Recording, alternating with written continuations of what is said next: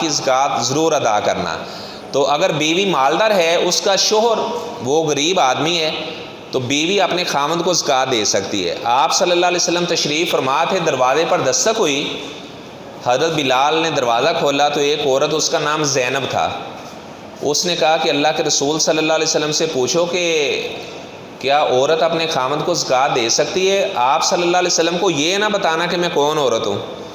حضرت بلال گئے، اللہ کے رسول صلی اللہ علیہ وسلم کوئی زینب نامی عورت آئی ہے اور وہ کہہ رہی ہے کیا بیوی اپنے خامند کو زکوٰۃ دے سکتی ہے؟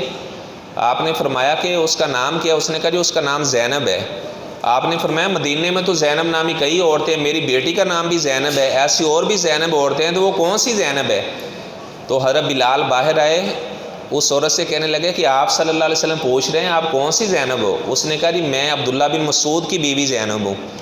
تو حضرت بلال نے بتایا، تو آپ صلی اللہ علیہ وسلم نے فرمایا زینب کو کہو اگر وہ اپنے خامند کو زکوٰۃ دے گی تو اللہ تعالیٰ اسے دگنا اجر عطا فرمائے گا، ایک زکوٰۃ دینے کا اور دوسرا صلہ رحمی کرنے کا۔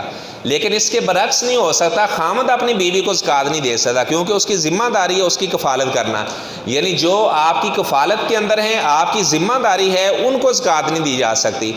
تو اس طرح اللہ